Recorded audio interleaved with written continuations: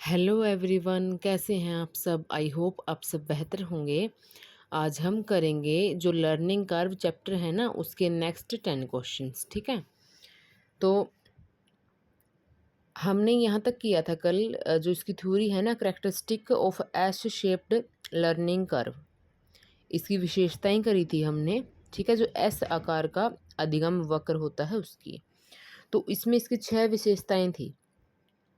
Initial lag, दूसरा है increasing gain, तीसरा है डिक्रीजिंग गेन, चौथा है प्लेट्यू, पांचवा है एंड स्पट एंड 6 नंबर पे है सेसेशन ऑफ लर्निंग की अधिगम की समाप्ति।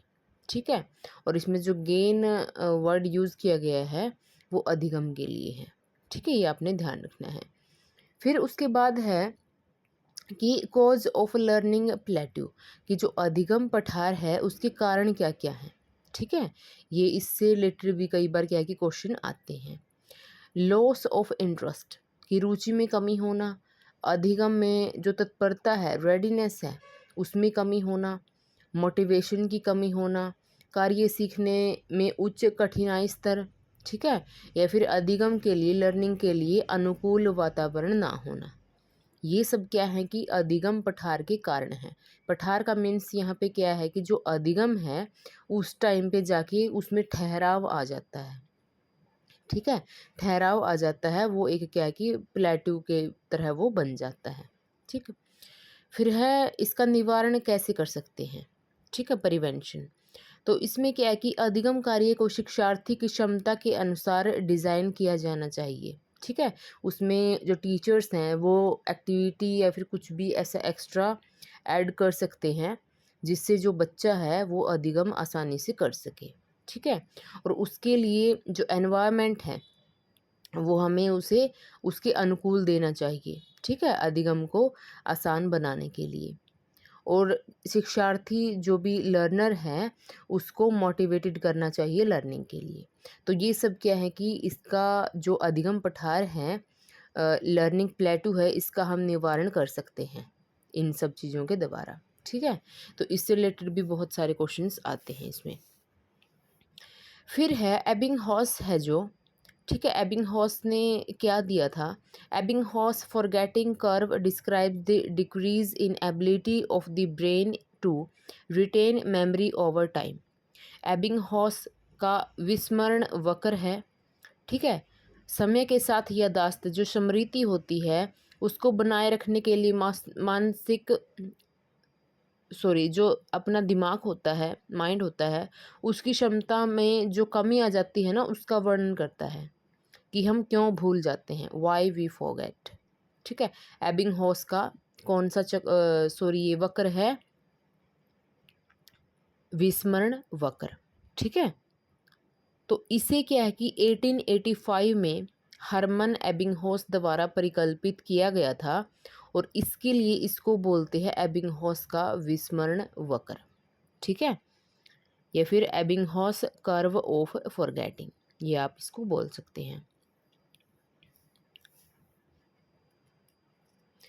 और जो अधिगम क्या है, जो अधिगम वक्र है उससे निष्कर्ष क्या निकलता है कि अधिगम व्यवहार का संशोधन है। ठीक है, मॉडिफिकेशन होता है ना इससे बिहेवियर में, अगर हम लर्निंग हमें अच्छी तरह से हो जाती है, ठीक है, मॉडिफिकेशन हो जाएगा हमारे बिहेवियर में। ठीक है, और जो लर्निंग है वो रिलेटिविटी, मतलब जो अपेक्षाकृत स्थायी होता है, परमानेंट होता है। ठीक है, अधिगम अभिप्रेरणा से प्रभावित होता है। ठीक है, change in behaviour due to fear, fatigue और इलनेस इज़ नॉट लर्निंग। ठीक है, क्यों हमारे बिहेवियर में कई बार कोई अगर थकान है या फिर बीमारी है उसके कारण भी तो व्यवहार में परिवर्तन आ जाता है, लेकिन वो लर्निंग नहीं होती। ठीक है, तो ये सब था लर्निंग के बारे में। अब हम करते हैं इसके क्वेश्चंस। ठीक है, क्वेश्चन नंबर 11 है which law of learning spots improvement with practice, कि अभ्यास से सुधार का समर्थन कौन सा नियम करता है। ठीक है, ऑप्शन नंबर ए है law of effect, option number B है law of exercise, option number C है लॉ ऑफ रेडीनेस और ऑप्शन नंबर डी है लॉ ऑफ एफिकेंसी। तो हमसे पूछा गया है कि अभ्यास से सुधार का समर्थन कौन सा नियम करता है? Law of exercise. ठीक है, लॉ ऑफ एक्सरसाइज में क्या होगा कि जितना हम उस चीज़ को प्रैक्टिस करेंगे ना, तो हमारा जो अधिगम है, जो हमारी लर्निंग है, वो बेहतर होती चली जाएगी। ठीक है, क्वेश्चन नंबर 12 है, अ स्टीप लर्निंग कर्व इंडिकेट्स कि तीव्र स्टीप लर्निंग कर्व क्या दर्शाता है?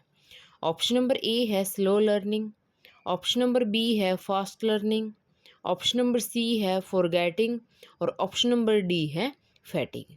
तो इसका सही आंसर कौन सा होगा? Option number B, fast learning. तीव्र है, इसके नाम में ही तीव्र है, तो क्या है कि फास्ट लर्निंग दर्शाता है। जो स्टीप लर्निंग कर्व होता है वो फास्ट लर्निंग दर्शाता है।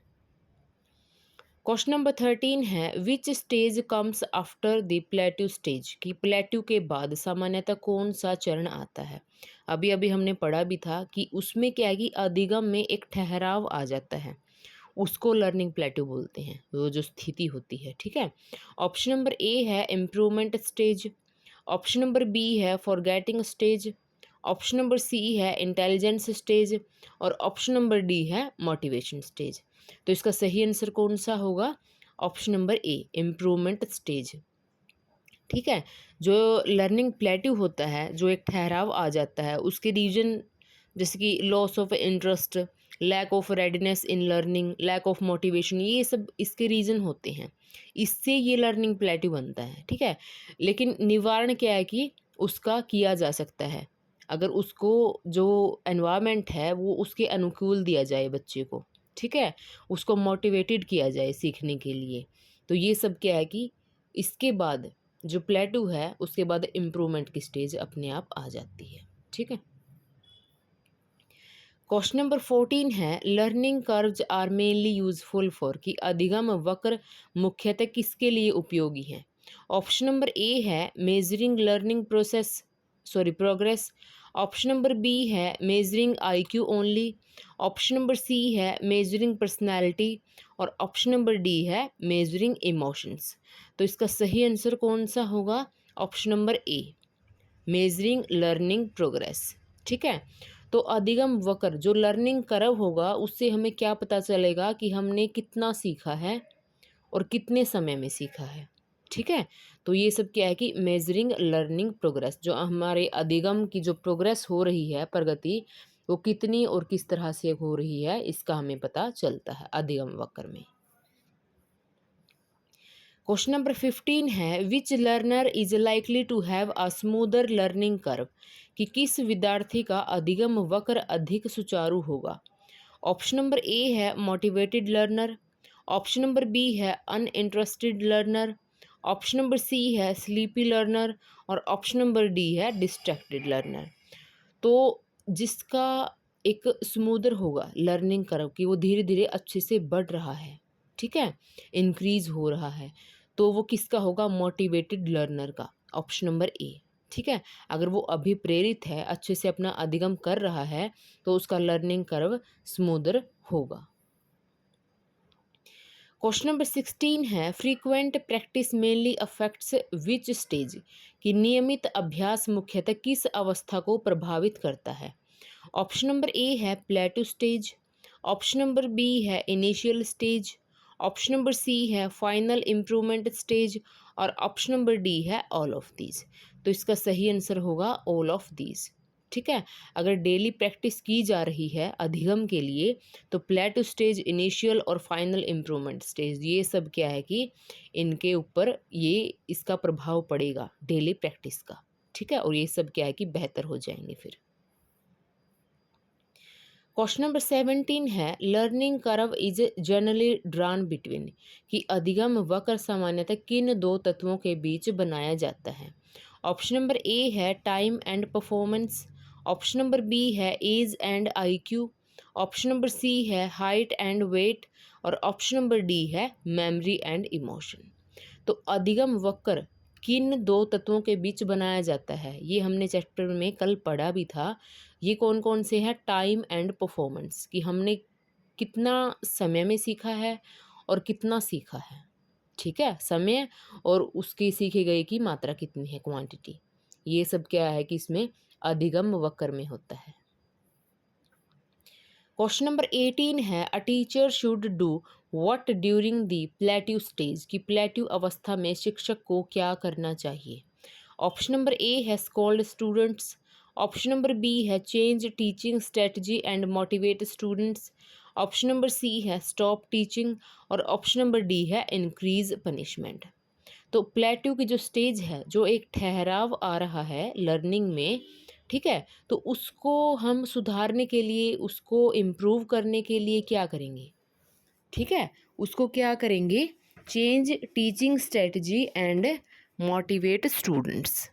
ठीक है, तो हमारी जो टीचिंग स्ट्रेटजी है, जो हमारा पढ़ाने का तरीका है, उसको हम चेंज करेंगे और अभिप्रेरित करेंगे बच्चों को अधिगम के लिए, सीखने के लिए। क्वेश्चन नंबर 19 है, which statement is correct about the learning curve, कि अधिगम वक्र के बारे में सही कथन कौन सा है। ऑप्शन नंबर ए है learning is always uniform, option number B है learning many show rapid growth plateau and improvement, option number C है लर्निंग नेवर स्टॉप्स, और ऑप्शन नंबर डी है learning is independent of a practice. तो सही कथन कौन सा हुआ, लर्निंग में show rapid growth plateau and improvement. तो लर्निंग जो अधिगम है, ये ज़रूरी नहीं है कि वो हमेशा एक समान रहेगा। ठीक है, कभी कभी क्या है कि एकदम से ग्रोथ हो जाती है, ठीक है, कभी एक समान स्थिति आ जाती है कि एक ठहराव आ जाता है अधिगम में, और कभी फिर से क्या है कि इम्प्रूवमेंट होने लग जाती है। ठीक है, तो ऑप्शन नंबर बी इसका सही आंसर होगा। तो STET CTET frequently ask questions related to, ठीक है, जो एस्टेट और सीटेट है वो फ्रीक्वेंटली आस्क करते हैं क्वेश्चन किसके बारे में। ऑप्शन नंबर ए है plateau stage, option number B है initial rapid progress, option number C है फैक्टर्स अफेक्टिंग लर्निंग कर्व, और ऑप्शन नंबर डी है ऑल ऑफ द अबव। तो जो सभी हैं, प्लेटू स्टेज है, इनिशियल रैपिड प्रोग्रेस है, और फैक्टर अफेक्टिंग लर्निंग कर्व है, तो इन सब के बारे में क्या है कि यहाँ पे जो टैट के एग्ज़ाम्स होते हैं टीचिंग के, क्वेश्चन पूछे जाते हैं। ठीक है, इन सब से रिलेटेड। और ये है क्वेश्चन जो कल हमने किया था, मुझे इसमें डाउट था, ठीक है, इसलिए मैंने खुद की और आप सबकी क्लैरिटी के लिए भी इसको दोबारा इसके बारे में सर्च किया है। ठीक है, तो इसके बारे में जानते हैं कि ये क्या था। इसमें अधिगम वक्र की अवधारणा पूछी थी कि किसने दी है। ठीक है, इसमें राइट लिख रखा था आंसर। ठीक है, लेकिन मैंने बुक पढ़ी थी साइकोलॉजी की, तो उसमें एबिंगहॉस था। ठीक है, तो गूगल किया है मैंने, ठीक है, विकिपीडिया से, तो इसमें प्रॉपर है जानकारी। ठीक है, और सही और सटीक जानकारी भी है कि German psychologist Hermann Ebbinghaus first describe the concept of the learning curve in 1885 during his pioneering experimental studies on memory and the psychology of learning. तो उन्होंने क्या किया था, पहली बार डिस्क्राइब किया था हर्मन एबिंगहॉस ने। He is also renowned for discovering the related forgetting curve, और फॉरगेटिंग कर्व के बारे में भी उन्होंने बताया था। ये हमने पढ़ा भी था कि वाई वी फॉरगेट, हम क्यों भूल जाते हैं, इनका एक कर्व वो फॉरगेटिंग एबिंगहॉस का ये इन्होंने दिया था। ठीक है, और इसमें क्या है कि in the context of industrial engineering and economics, ठीक है, थियोडर पॉल राइट, जो ये राइट है, इसमें आंसर दिया था क्वेश्चन नंबर 2 में, later introduced a mathematical production model called Wright's law और the experience curve in 1936। However the foundational psychological concept of the learning curve originates from Ebbinghaus. ठीक है, तो एबिंगहॉस ने दिया था शुरुआत में, बाद में क्या है कि जो इकोनॉमिक्स इंजीनियरिंग है, मतलब इंडस्ट्रियल में कंटेक्स्ट में, तो ये राइट ने दिया था। ठीक है, ये आपने ध्यान रखना है, ये इम्पोर्टेंट लगा मुझे, इसलिए मैंने इसको एक्सप्लेन करना सही समझा। ठीक है, सो गाइज़, वीडियो पसंद आई हो आपको तो लाइक करना, शेयर करना और चैनल को सब्सक्राइब करना ना भूलें। Thank you for watching.